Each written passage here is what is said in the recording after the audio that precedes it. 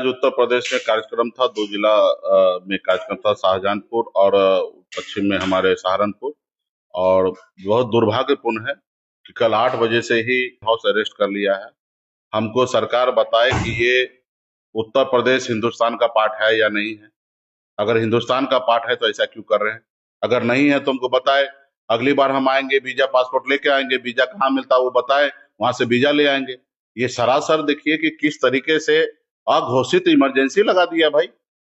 हम इमरजेंसी सुने थे, यह अघोषित इमरजेंसी लगा दिया है कि एक गरीब का बेटा, मछुआरा समाज का बेटा अपने अधिकार के लिए लड़ाई नहीं लड़ सकता है, अपने पार्टी संगठन को मजबूत नहीं कर सकता है। आप बताइए हम क्या हैं? हम कोई आतंकवादी हैं क्या? कोई टेररिस्ट है? कोई हम माओवादी है क्या? हमारे पर कोई ऐसा कोई केस है कि जो मेरे को आके अरेस्ट कर लिया, हाउस अरेस्ट कर लिया? हम बिहार के पूर्व मंत्री हैं, हम हमारे अपनी पार्टी है, हमारी अपनी विचार है, उसको लेके हम लोग आने वाले समय में लड़ाई लड़ रहे हैं। इस तरीके से गुंडाई कर रहा है कि आके गेट पे आप देखिए दर्जनों की संख्या में पुलिस कर्मी सब साइड से रोक दिया, गाड़ी नहीं निकल सकता, कोई व्यक्ति नहीं निकल सकता। रात में हम खाना खाने के लिए जाना चाह रहे थे बाहर, हमको खाना खाने के लिए नहीं जाने दिया, यहाँ पे हाउस अरेस्ट कर लिया। अब बता भी नहीं रहा कि क्यों किए, सिर्फ कह रहे हैं कि आपके जाने से लॉ एंड ऑर्डर बिगड़ जाएगा। बताइए हम क्या है? हम जब मोदी जी का ये कार्यक्रम करा सकते हैं, अब मुकेश सहनी से डर रहे हैं। तो इस तरीके से सिर्फ ये समाज को गुमराह करना चाहता है, समाज को अधिकार नहीं देना चाहता है, ये हिटलर के जैसे शासन करना चाहता है। ऐसे थोड़े होता है भाई, शासन करो ना, काम कर दो।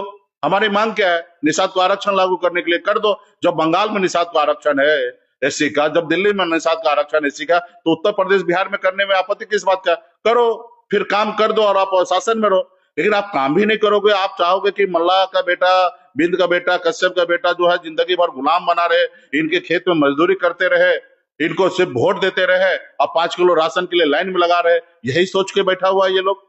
एक दो हमारे समाज में से लोडर को उठा लेते हैं, साथ में रख लेते हैं और उनको मंत्री बना देते हैं, सोचते हैं कि वो हमको वोट ला के देगा। अरे कब तक ये चलेगा भाई? हमारे पूर्वज ने देश को आजाद इसलिए कराया क्या? हमारे पूर्वज ने हजारों की संख्या में शहीद हुआ, तब जाके देश आजाद हुआ।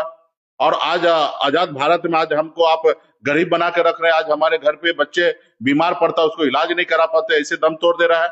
आज हमारे लोगों को चुन चुन के जात को ढूंढ के कि ये बिंद है, ये सहनी, ये कश्यप है, उनको इनकाउंटर कर रहे हैं। भाई ये ऐसा देश हमको चाहिए क्या? आपने गाजीपुर में कमलेश बिंद को बिहार से उठा के लाकर आपने इनकाउंटर कर दिया है। तो ये सब इनके गुंडे बिल्कुल ही नहीं चलेगा। हम जहां जा रहे हैं अपने लोगों के बीच में हमको रोक लिया जा रहा है। अभी हम जौनपुर जा रहे थे, रोक दिया, गाजीपुर जा रहे, रोक दिया। अरे भाई ऐसा हम कहाँ जाएंगे?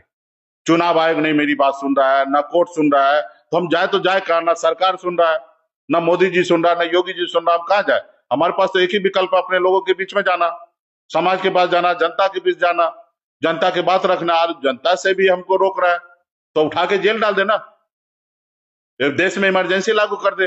फिर जब तक ये लोग को देश में सरकार चलाना, जब तक जिंदा तब तक सरकार चलाए। देश में इनके पास तो पावर है ना, देश में इमरजेंसी लागू कर दे। तो ये पूरा गुंडाई कर रहा है।